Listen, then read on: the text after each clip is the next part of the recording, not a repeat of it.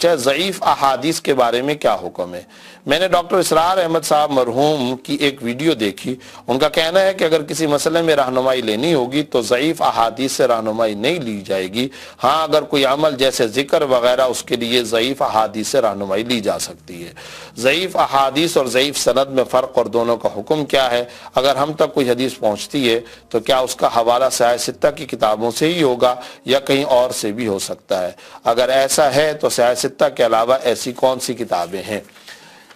آپ نے اس ایک سوال کے اندر کئی سارے سوالات جمع کر لیے ہیں. پہلی بات تو یہ کہ ڈاکٹر اسرار احمد صاحب رحمۃ اللہ علیہ کے حوالے سے آپ نے جو بات نقل کی ہے وہ تقریباً درست ہے اور میں تائید کرتا ہوں اس بات کی، بالکل درست ہے. جب کبھی حلال اور حرام کا مسئلہ تلاش کرنا ہوتا ہے، جب کبھی جائز اور ناجائز کا فتویٰ اور مسئلہ تلاش کرنا ہوتا ہے، تو یہ مفتیان کرام کا بہت پرانا وے آف ریسرچ طریقہ کار ہے. ان کا ریسرچ کا یہ طریقہ کار ہے کہ ایسے معاملے کے اندر کبھی ضعیف حدیث کو سامنے نہیں رکھا جاتا. یعنی حلال اور حرام کا مسئلہ ہے تو ضعیف احادیث سے استدلال کرنا، حجت حاصل کرنا، دلیل پکڑنا یہ جائز نہیں ہوگا. اگر جائز اور ناجائز کا مسئلہ ہے تو بھی، حلال اور حرام کا مسئلہ ہے تو بھی، صرف اور صرف ضعیف احادیث سے آپ دلیل پکڑ سکتے ہیں. کب؟ جب آپ کوئی فضیلت والی بات بیان کرنا چاہیں اور کوئی فضائل کا معاملہ ہو. مثال کے طور پر آپ کے سامنے یہ بات آئی کہ سورہ اخلاص اگر کوئی شخص 3 مرتبہ پڑھتا ہے تو ایک حدیث کے اندر آتا ہے ایسے آدمی کو گویا پورے قرآن کریم کے پڑھنے کا اجر و ثواب مل جائے گا. اب یہاں یاد رکھیے کہ یہ جس حدیث کے اندر آیا ہے سند کے اعتبار سے وہ حدیث ضعیف ہے، لیکن میں آپ سے پوچھتا ہوں کیا اس حدیث سے کوئی حلال و حرام کا مسئلہ ظاہر ہو رہا ہے؟ نہیں. کیا کوئی جائز و ناجائز کا مسئلہ واضح کیا جا رہا ہے؟ نہیں. کیا اس حدیث کی بنیاد پر کوئی فتویٰ دیا جا رہا ہے؟ نہیں. کوئی شرعی حکم اور مسئلہ بیان کیا جا رہا ہے؟ نہیں. بلکہ زیادہ سے زیادہ اس حدیث کا جو مرکزی خیال ہے، اس حدیث کا جو مرکزی نقطہ ہے وہ یہ ہے کہ جناب سورہ اخلاص پڑھنی چاہیے. تو یہ تو بہت اچھی بات ہے، وہ تو ویسے ہی پڑھنی چاہیے. اگر فرض کریں یہ حدیث نہ آئی بھی ہوتی تب بھی سورہ اخلاص پڑھنی چاہیے. قرآن کریم کی تلاوت ویسے ہی کرنی چاہیے. قرآن کریم کی تلاوت، ذکر اور چاروں قل اور سورتیں پڑھنا یہ تو بہت اچھی بات ہوتی ہے، یہ تو ثواب کا کام ہے، اس میں تو کوئی حرج کی بات نہیں ہے. تو اب آپ دیکھیں اگر ضعیف حدیث کسی فضیلت سے متعلق ہے تو اس کو اختیار کیا جاتا ہے، اس میں کوئی حرج کی بات نہیں. اس کی ایک اور مثال ہے 10 محرم کو روزہ رکھنا. تو اب آپ دیکھیے کہ 10 محرم کو روزہ رکھنے سے متعلق جو احادیث آتی ہیں وہ کوئی زیادہ سند کے اعتبار سے مضبوط نہیں ہے، سند کے اعتبار سے کوئی زیادہ مضبوط روایتیں نہیں ہیں. لیکن معاملہ یہ ہے کہ اس میں جو روایتیں آ رہی ہیں ان میں کئی روایتیں ضعیف ہیں، لیکن چونکہ وہ ایک فضیلت سے متعلق معاملہ ہے کہ بھائی روزہ رکھنا ویسے ہی اچھی بات ہوتی ہے، تو جب روزہ رکھنا اچھی بات ہے اس سے متعلق اگر کوئی حدیث آ گئی ہے تو ٹھیک ہے، اس کو فالو کیا جا سکتا ہے، اس کو اختیار کیا جا سکتا ہے، اس میں کوئی حرج کی بات نہیں. لیکن حلال و حرام سے متعلق فتویٰ، حکم شرعی، جائز و ناجائز سے متعلق ضعیف حدیث سے استدلال کرنا، دلیل پکڑنا، اس سے استنباط کرنا یہ درست نہیں ہوگا. ایک تو اصول یہ سمجھ لیجئے. اور جہاں تک تعلق ہے کہ ضعیف احادیث سے فضائل کے اندر دلیل پکڑ سکتے ہیں تو واضح طور پر حضرات محدثین نے اور رجال کے ماہرین نے یہ اصول لکھا ہے کہ رأی الحنفیہ فی قبول الاحادیث ضعیفہ، یعنی حضرات حنفیہ کی، خود فقہائے حنفیہ کی جو رائے ہے ضعیف احادیث کو قبول کرنے کے بارے میں وہ یہی رائے ہے کہ فضائل میں یہ احادیث چل جائیں گی لیکن مسائل کے اندر ان احادیث سے استدلال نہیں کیا جائے گا. البتہ بعض اوقات ایسی ضعیف احادیث سے مسائل کے اندر بھی، فتوے کے اندر بھی استدلال کیا جاتا ہے اور دلیل پکڑی جاتی ہے کہ حدیث تو ضعیف ہے مگر اس حدیث میں جو عمل بیان کیا گیا ہے اس عمل کو تلقی بالقبول حاصل ہے. تلقی بالقبول کا کیا مطلب ہے؟ یعنی صحابہ کرام کے زمانے سے اب تک حضرات صحابہ کرام، تابعین، تبع تابعین، مجتہدین، فقہا، محدثین، مفسرین، ائمہ کرام، اولیاء کرام، بزرگان دین اس عمل کو کرتے چلے آ رہے ہیں، کنٹینیو کرتے چلے آ رہے ہیں۔ اب اگر ہم ایک عمل ہے اس کو حدیث نبوی کے اندر دیکھتے ہیں تو وہ حدیث جو ہے وہ تو ضعیف ہے، اس حدیث کی سند کو زیادہ مضبوط نہیں ہے، قوی نہیں ہے، لیکن ہم دیکھتے ہیں کہ صحابہ کرام کا اس پر عمل ہے۔ تو آپ بتائیے صحابہ کا عمل، یہ بھی تو خود ایک ماخذ ہے، ایک دلیل ہے۔ صحابہ کرام اس پر عمل کر رہے ہیں اور تابعین عمل کر رہے ہیں، تبع تابعین عمل کر رہے ہیں، ائمہ اور فقہاء و محدثین عمل کر رہے ہیں، تو اس کا مطلب یہ ہے کہ اس حدیث پر اب عمل کیا جا سکتا ہے، عمل کیا جائے گا۔ اسی طریقے سے اگر وہ حدیث تلقی بالقبول اس کو حاصل ہے، تلقی بالقبول کا مطلب یعنی اس کو قبول کرتے ہوئے آ رہے ہیں 1400 سال سے سارے کے سارے اولیاء کرام، یا مؤید بالتعامل، اس کا مطلب بھی یہ ہے کہ اس پر عمل کرتے ہوئے آ رہے ہیں، یا تو حدیث کو قبول کرتے ہوئے آ رہے ہیں یا اس پر عمل کرتے ہوئے آ رہے ہیں، تو ایسی صورت میں ضعیف حدیث پر بھی عمل کیا جائے گا اور اس سے مسائل کو حاصل کرنا اور مسائل کے بارے میں استفادہ کرنا شرعاً جائز ہوگا، اس میں کوئی حرج کی بات نہیں۔ اسی طرح ایک اور قانون بھی بیان کیا گیا ہے، اب چونکہ اس کا موقع نہیں ہے کہ میں اس پر پوری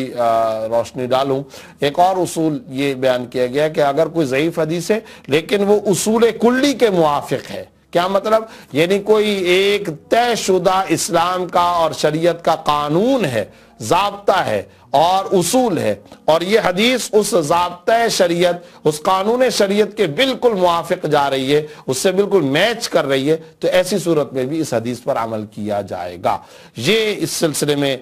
تفصیل ہے۔ جہاں تک اس سوال کا تعلق ہے کہ کیا صحیح حدیث صرف اور صرف صحیح ستہ میں ہے، تو اس کا جواب یہ کہ نہیں، صحیح حدیث صحیح ستہ کے علاوہ بھی بہت ساری احادیث کے اندر ہے، اور اس میں عام طور پر ضعیف اور صحیح کا جو دار و مدار ہوتا ہے وہ زیادہ تر سند کا دار و مدار ہوتا ہے، سند کو دیکھنا پڑتا ہے کہ جناب یہ جو ہم کہتے ہیں نا حدیث پڑھتے پڑھاتے ہوئے بھی قال حدثنا فلان عن فلان عن فلان عن فلان عن فلان عن ابی ہریرہ رضی اللہ عنہ قال قال رسول اللہ صلی اللہ علیہ وسلم، یعنی ہم سے یہ حدیث بیان کی فلانے نے، فلانے سے فلانے، اس طرح کرتے کرتے کرتے کرتے وہ سند حدیث، وہ پورا سلسلہ جو ہوتا ہے اور جو وہ زنجیر کی جو کڑیاں ہے وہ ملتے ملتے جا کر کسی صحابی اور اس کے بعد رسول اللہ صلی اللہ علیہ وسلم تک وہ پورے کا پورا سلسلہ چلتا ہے۔ اب اس میں وہ جو افراد ہیں، مثال کے طور پہ فرض کریں کہ امام ترمذی رحمۃ اللہ علیہ نے جس استاذ اور اپنے جس شیخ سے حدیث لی ہے، تو اب وہاں سے لے کر رسول اللہ صلی اللہ علیہ وسلم تک پورے کے پورے افراد کو دیکھنا پڑتا ہے۔ اس میں سے اگر کوئی ایسا فرد موجود ہوتا ہے کہ جس کی ذہنی حالت یا تو کمزور ہے یا اس کی امانت و دیانت کی حالت و کیفیت کمزور ہے یا اس پر دیگر حضرات محدثین نے بھروسہ اور کانفیڈنس اور اعتماد نہیں کیا، تو پھر ایسی صورت میں ہم یہ کہتے ہیں کہ جناب اس سند کے اندر 20 افراد ہیں، مگر چونکہ 17ویں نمبر پر یہ جو فرد ہے اس کے اوپر زیادہ تر اعتماد اور بھروسہ نہیں کیا گیا، اس کے تقوی، اس کی ذہنی حالت، اس کے اوپر بھروسہ نہیں کیا گیا، لہذا ایسی صورت میں کہہ دیا جاتا ہے کہ یہ حدیث ضعیف ہے۔ اب آپ یہ سوال پوچھ سکتے ہیں کہ جناب کیا ان تمام کے تمام جتنے بھی سلسلے کے شیوخ اور اساتذۃ الحدیث ہیں، راوی حدیث ہیں، کیا وہ سارے کے سارے راویوں کے حالات زندگی محفوظ ہیں؟ تو جی ہاں، یہ ایک آپ کو ایک دلچسپ خوشی کی خبر بتاؤں کہ الحمدللہ ثم الحمدللہ تمام کے تمام حدیث کے راویوں کے حالات زندگی مکمل طور پر محفوظ ہیں، اور اس پر سینکڑوں نہیں ہزاروں کتابیں لکھی گئی ہیں، اور وہ کتابیں موجود ہیں، اور 800 سال پہلے سے کتابیں موجود ہیں، 1000 سال پہلے کی کتابیں موجود ہیں، اور اس میں ایک ایک راوی الحدیث کی ولادت سے لے کر موت تک تمام کے تمام ان کی ہسٹری، ان کے حالات زندگی، ان کی پورے کے پورے سوانح حیات تفصیل کے ساتھ موجود ہیں۔ آپ کسی بھی حدیث کو اٹھائیے اور اس حدیث کی جو پوری کی پوری سند ہے، اس کے اندر جتنے نام آ رہے ہیں کسی ایک پر آپ انگلی رکھ دیجئے، اور کہیے کہ جناب مجھے اس کے حالات زندگی چاہیے، تو آپ حیران ہو جائیں گے، خوشگوار حیرت کا شکار ہو جائیں گے کہ اس کے تمام حالات زندگی آپ کے سامنے آ جائیں گے۔ اور جب آپ خود اس کی ہسٹری پڑھیں گے اور حالات زندگی پڑھیں گے تو آپ کا دل گواہی دے گا کہ یہ آدمی بااعتماد ہے یا یہ آدمی بااعتماد نہیں ہے۔ اور کوئی ایک نہیں ہے اس کے حالات زندگی لکھنے والا، اس کے حالات زندگی لکھنے والے بھی سینکڑوں مصنفین کرام ہیں۔ اس طرح جا کر کے کسی حدیث کے بارے میں یہ فیصلہ کیا جاتا ہے۔ پھر یہ یاد رکھیں کہ صرف اور صرف یہ نہیں ہے کہ وہی جو ایک سند سے اس حدیث آ رہی ہے، بلکہ اس حدیث کے اندر جو رسول اللہ صلی اللہ علیہ وسلم کا مرکزی فرمان مبارک ہے اور جو آپ صلی اللہ علیہ وسلم نے ارشاد فرمایا ہے، وہ پھر اور بھی کئی حدیثوں کے اندر آیا ہے، اور بھی کئی سلسلے کے افراد نے اس طرح سے بیان کیا ہے۔ یہ ایک بڑا دلچسپ موضوع ہے، کسی وقت موقع ملے گا تو انشاءاللہ میں اس کے اوپر تفصیلی کلام ذکر کروں گا۔ اتنے زیادہ حالات زندگی محفوظ۔ اچھا، پھر سوال یہ کہ وہ حالات زندگی کیسے محفوظ کیے گئے؟ آپ حیران ہوں گے آپ کسی ایک راوی الحدیث کے حالات زندگی لکھنے کے لیے اپنے زمانے کے ائمہ اور بڑے بڑے فقہا باقاعدہ کئی ملکوں کا سفر کر کے اس کے گاؤں پہنچ کر کے حالات زندگی کا جائزہ لیا کرتے تھے۔ کون سے ائمہ؟ عبداللہ ابن المبارک، امام شافعی رحمۃ اللہ علیہ، امام بخاری رحمۃ اللہ علیہ، امام ابو داؤد اور امام ترمذی رحمہ اللہ۔ اور اس سلسلے میں ایک دلچسپ واقعہ بھی میں آپ کی معلومات کے لیے ذکر کر دوں۔ حافظ ابن حجر رحمۃ اللہ علیہ نے فتح الباری کے اندر کہیں لکھا ہے کہ ایک جگہ پر ایک حدیث کے ایک راوی رہتے تھے، اور وہ جو حدیث کے راوی وہاں پر رہتے تھے تو ایک اور بڑے اپنے زمانے کے محدث العصر، اپنے زمانے کے حدیث کے بڑے عالم اور بزرگ اور امام، وہ ان راوی الحدیث کے حالات زندگی معلوم کرنے کے لیے کئی ملکوں کا سفر کرنے کے بعد ان کے اصل وطن اور پھر اپنے اصل وطن کے اندر ان کی برادری اور ان کی بستی اور ان کے علاقے میں جا کر کے پہنچے۔ اور یہ نارمل بات ہے، رجال کے یعنی جو حدیث کے راویوں کے حالات زندگی لکھنے والے جو افراد تھے، انہوں نے یہ ساری قربانیاں دی ہیں۔ جب وہ وہاں پر پہنچے ہسٹری لکھنے والے، تو انہوں نے جا کر کے لوگوں سے پوچھا کہ جناب وہ جو فلاں صاحب ہیں تو ان کے حالات کیسے ہیں، وہ کیسے کھاتے ہیں، کیسے پیتے ہیں، ان کے بارے میں لوگوں کا تاثر کیا ہے، لوگ ان کے بارے میں کیا اوپینین رکھتے ہیں، اور ان کا رشتہ کہاں ہوا ہے، اور وہ نماز کہاں پڑھتے ہیں، وہ کاروبار کیا کرتے ہیں، ان کا بزنس کیا ہے، وہ کیا مشغلہ کرتے ہیں، کیا تجارت ہے ان کی، کیا، یعنی یہ سارے حالات۔ تو حافظ رحمۃ اللہ علیہ نے لکھا ہے کہ ایک اسی طرح راوی الحدیث کی تحقیق کرنے کے لیے ایک مصنف پہنچے، رائٹر۔ تو جب وہ اس طرح تحقیق کر رہے تھے تو لوگوں نے ان سے کہا کہ کیا آپ نے اپنی بیٹی کا رشتہ ان کو دینا ہے، یا آپ نے ان سے ان کی بیٹی کا رشتہ لینا ہے؟ جو آپ آئے ہیں بھی ایک اسٹرینجر مین، اجنبی آدمی آئے ہیں، اور خدا جانے کہاں سے آئے کہاں سے نہیں، اور آ کر کے آپ ان کے بارے میں اتنے حالات دے رہے ہیں۔ تو آگے سے اس بزرگ نے جواب میں کہا کہ ارے بھائی، میں جس بنیاد پر ان کے حالات زندگی کی یہ تحقیق اور انویسٹیگیشن کر رہا ہوں، معاملہ اس سے بھی زیادہ حساس ہے جو تم لوگ سمجھ رہے ہو۔ تم تو سمجھ رہے ہو نا شاید بیٹی کا کوئی رشتہ لینا یا دینا ہے۔ ارے بھائی، میں نے تو حدیث لینے یا نہ لینے کا فیصلہ کرنا ہے کہ میں اس آدمی کی اس بات پر بھروسہ کروں یا نہ کروں، اور یہ جو کچھ اپنی زبان سے فرمان نبی پیش کرے گا، کیا میں اس پر کانفیڈنس کا اظہار کر سکتا ہوں اور بھروسہ اور اعتماد کر سکتا ہوں یا نہیں؟ اس کے لیے میں یہ ساری کی ساری انویسٹیگیشن کر رہا ہوں کہ اس کے پوری کی پوری زندگی کی بایوگرافی اور اس کے پوری زندگی کے حالات زندگی کا جائزہ لے رہا ہوں۔ اسی لیے تو ہم یہ کہا کرتے ہیں کہ الحمدللہ ثم الحمدللہ، آج جو ذخیرہ حدیث ہمارے پاس موجود ہے، یہ کوئی ہوائی یا فلسفیانہ باتیں نہیں ہیں، یہ کوئی ایسا ہی خدا جانے کوئی سمجھ لے کہ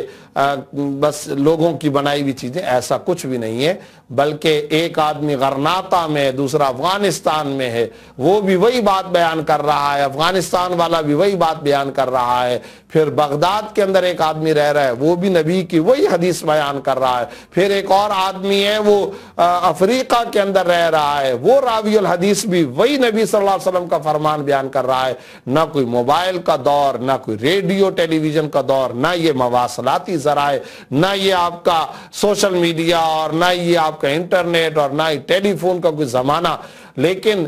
مختلف کونے کونے کے اندر رہنے والے بزرگان دین اپنے طرف سے ایک حدیث بیان کر رہے ہیں، اور ہر ایک کے جتنے الفاظ نبی صلی اللہ علیہ وسلم کے اس حدیث کے سامنے آ رہے ہیں، سب کے الفاظ سیم ہیں، برابر ہیں۔ تو کوئی تو نظام ہوگا نا۔ اس کی تو اس کے ساتھ ملاقات نہیں ہوئی ہے، ایک کی دوسرے کے ساتھ تو کوئی میٹنگ نہیں ہوئی ہے، نہ کوئی کسی کو جانتا ہے۔ میں بھی وہی بات بیان کر رہا ہوں، اور ہزاروں میل دور کسی اور ملک و سلطنت کے اندر، مملکت کے اندر رہنے والا کوئی آدمی، وہ بھی وہی بات رسول اللہ صلی اللہ علیہ وسلم کی بیان کر رہا ہے۔ تو اس کا مطلب یہ کہ اس کے پیچھے ایک پورا ڈسپلن، ایک پورا اسٹیبلشڈ سسٹم ہے، ایک پورا نظام ہے، اور اس تکوینی نظام کو اللہ نے چلایا۔ اس تکوینی نظام کی حفاظت اللہ رب العزت نے کی ہے۔ یہ پورا ایک سسٹم ہے جس کے بعد یہ کتب احادیث ہمارے سامنے آئی ہیں، اور یہ احادیث رسول صلی اللہ علیہ وسلم ہم تک پہنچی ہیں، اور ایک انتہائی لمبا وسیع اس کے اندر ایک پورا سسٹم چلا ہے، ایک پورا نظام چلا ہے، جس کے بعد یہ احادیث ہمارے سامنے آئی ہیں۔ خلاصہ کلام یہ کہ صحیح حدیث صرف سیاہ ستہ کے اندر نہیں، بلکہ اس کے علاوہ بھی کتب احادیث کے اندر موجود ہیں۔ سند کو دیکھنا پڑتا ہے اور اس کے مطابق عمل کرنا ہوتا ہے۔